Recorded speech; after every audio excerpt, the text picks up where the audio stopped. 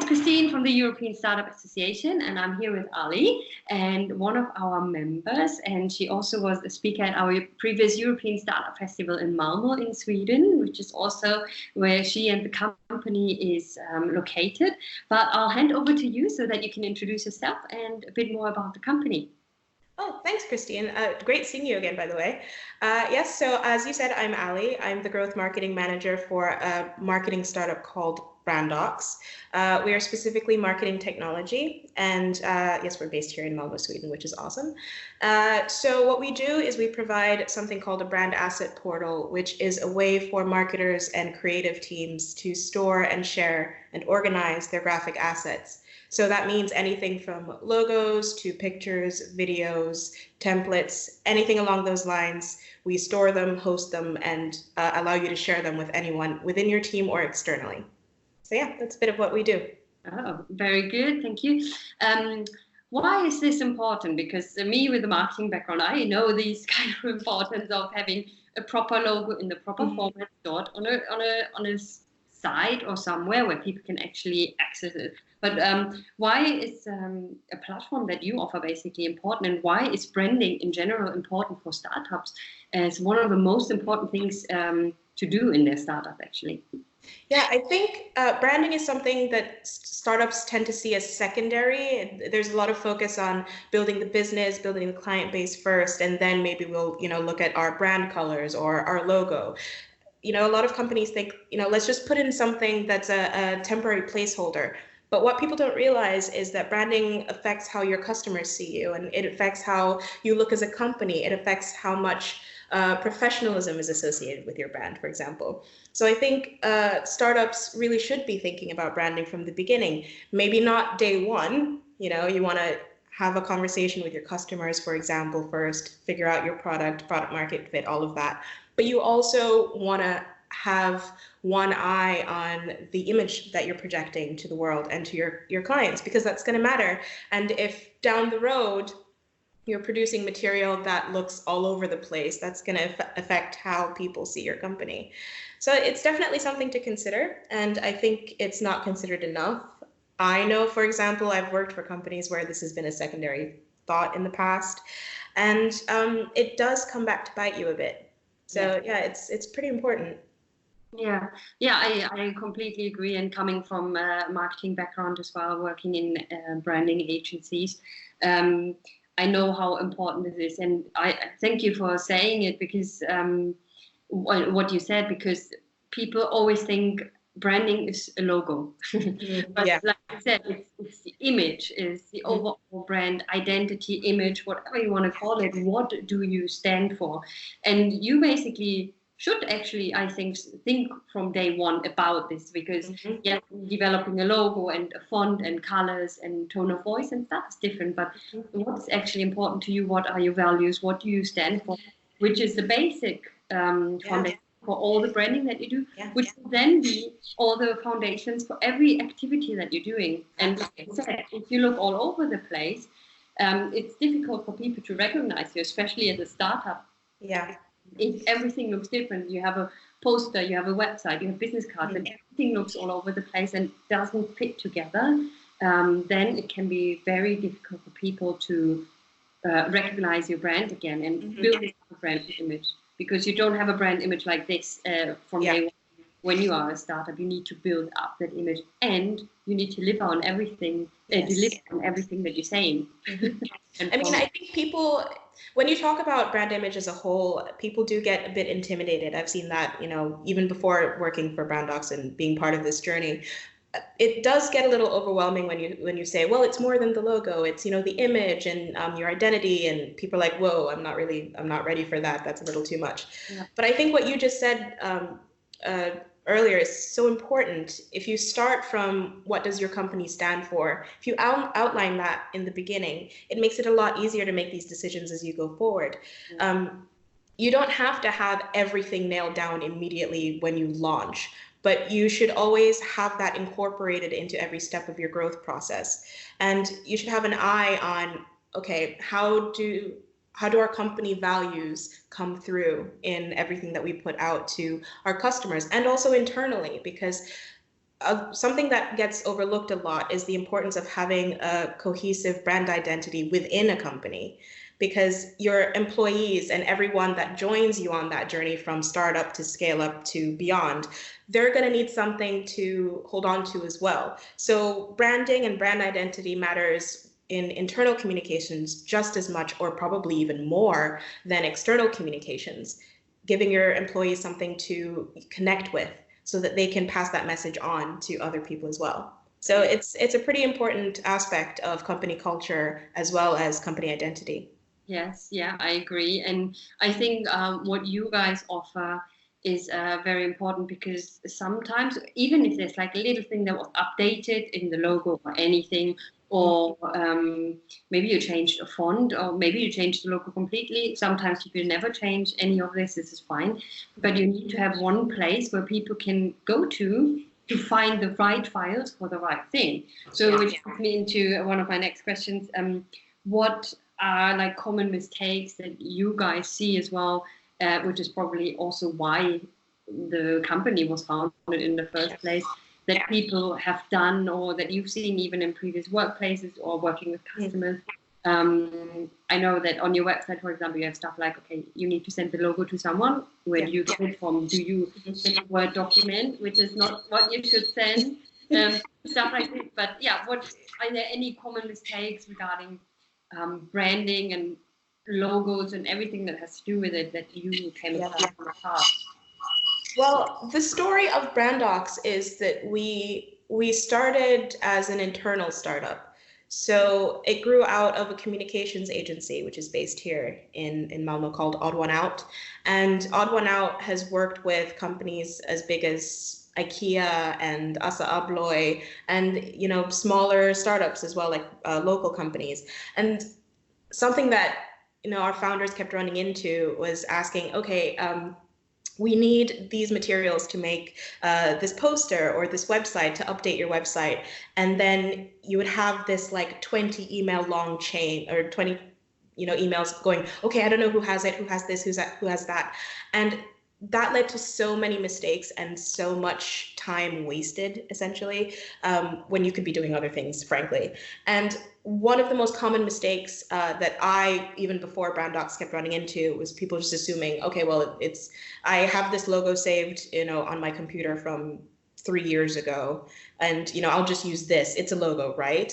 And then it ends up being something that hasn't been in use for a year and a half or something like that, and it completely messes up, the way things are like published or digital materials look.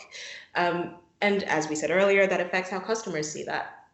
And another thing that we've run into a bit, especially when onboarding customers, is this assumption that everything needs to be difficult, like everything associated with branding needs to be hard, or you need IT specialists to come in to, set things up.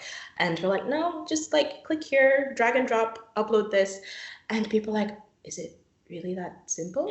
It's like this fear of, no, I'm missing something. And I think it comes back to this idea that anything that has to do with branding and marketing is like this weird mystical thing. Like, oh yeah, that's for the marketing department, or that's for the graphic design team. That's not my thing. So I think people make a mistake in believing that it's not important. And if they do think it's important, something that's out of date is better than nothing at all. Yeah. I mean, sometimes that could be right in, an emergency situation, but there's not enough attention really paid to this sort of thing, and it ends up showing in the end results. But yeah, I've had a few moments myself in previous workplaces where people have no idea where things are. They're spread out across internal servers, on locally hosted files on your computer, and then you end up with a mishmash of stuff, and none of it is coherent, or none of it makes sense. So yeah, that's something I've run into quite a lot. Yes. Yes, thank you for sharing that. And I can mirror that in my experiences in the past. Even in design agencies I worked for, even there, it was like, okay, I just need the final logo. clients and stuff, and then you get the file in a Word document, copy and paste it, or they say it's on our website. Yes, but this is a printed brochure and it's a different format. But it's okay. People don't need to know this. But I think this is because if you don't have the background, people don't understand format. People might not understand what is an EPS file, all these kind of, and that is fine. I'm not saying everyone should know this, but there should be a structure that shows, okay, if you have, for example, you can structure it, you have printed materials. Here is stuff for printing materials, here is stuff for web.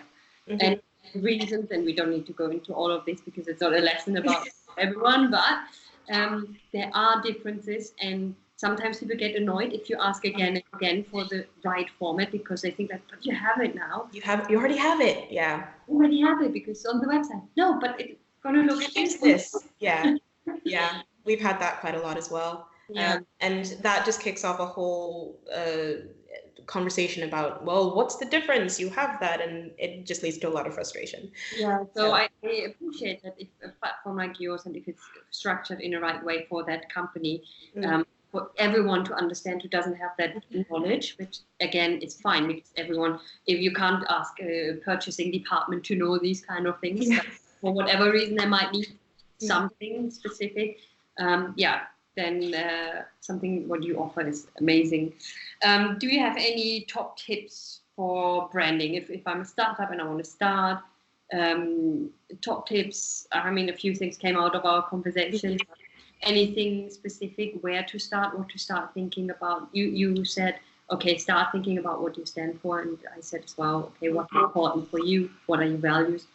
Maybe some steps, maybe some tips that you can think about.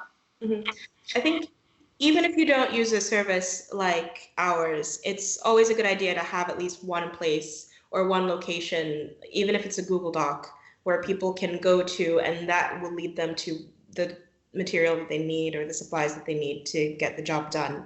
I also think it's important that startups in particular understand how to use materials or when to use certain things, because there needs to be, as we said, a structure. So I guess what I'm talking about is brand guidelines. So having guidelines of when to use certain images or when to use this logo for that, because outlining that from the early stages of your journey will make a huge impact further on. And it actually makes it a lot simpler as you grow. So when you have a fully built out marketing team or PR team or, graphic designers, they have a foundation to start from, and they're not, having to spend time revamping everything from scratch. So just having some sort of outline, it doesn't need to be everything. Maybe you just have a core set of images that you use, a brand video that's, really short, quick, presents your brand to customers. Just, have something and have it all in one place. Again, a Google Doc, if, that works for you. And having some sort of structured application for the things that you produce. Yeah, good. Yeah, I completely agree. And going even deeper into that, I would always make sure, because also how many times have I seen people taking you provide maybe the right logo, and then the people who use it stretch the logo or make it fit, or put the logo on a red background. And it may be, and this is all in the brand guidelines, obviously, that you mentioned that, okay, this is the logo. These are the colors, so the color codes, the correct color codes, because also a lot of times people think, this looks like the yellow of that logo is fine. First of all, it looks different on every screen anyway, stuff like this, then it looks too printed. But all of this, yes, very good tip to create guidelines, because again, a lot of times I've met startups who had maybe all the stuff they needed, but maybe in an email here and then an email there, and then you ask them for something, and then they start searching their emails, and then it's like, oh, what was the color code again? And they start searching.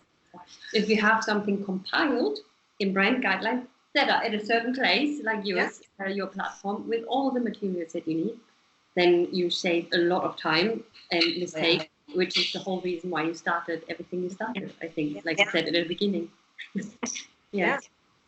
But it makes a huge difference, I think. If you just take just a few hours of a day, like 2-3 hours, just saying, okay, this is how we're laying everything out. These colors go with this logo, this background with that.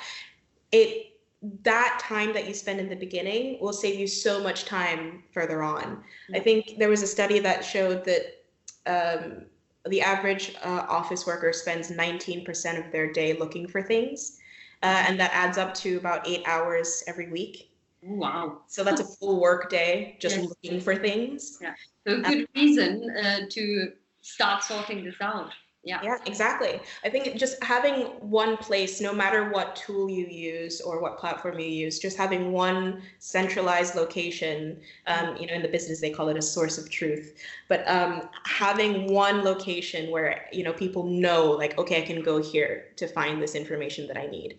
It saves everyone so much stress. It really honestly helps with team morale, because we've seen even with larger companies where they have things spread out among different tools, it really impacts the way that people are able to work, and that impacts other aspects of their work life. So it saves you so much time and energy down the road, and that will only grow exponentially as your team grows. So yeah, it matters. Perfect. Well, thank you so much. These were all the questions. I don't know if there's anything else you wanted to mention. Then now is the time. I think we've covered quite a lot, actually, but I just want to reinforce that even beyond what we do at Brandox and the reasons why we founded the company, I think I just want to say once again that marketing is sometimes overlooked, or marketing, branding, graphic design is sometimes overlooked in the process of building a business. And I understand how that happens, but it's definitely something that you should always be considering. And I think it's best to work as a team in, especially in an early stage startup, work together as a team to create these brand guidelines, to come up with these company missions. Things like that really, really matter. And it, again, saves you so much time and energy further on. Yeah. Thank you. Yes, amazing. Well, thank you so much for your time. And I'm looking forward to supporting your company and you personally as well in the future, and seeing you at some of our future events. And anything we can do for you, you should just let me know. But I'll make sure I'm going to link back to your page as well underneath the video, so that people can easily find you. Thank you so much. And we're honestly so excited to be part of the European Startup Association. So. Thank you. Okay, I'll talk to you soon. Bye. Bye.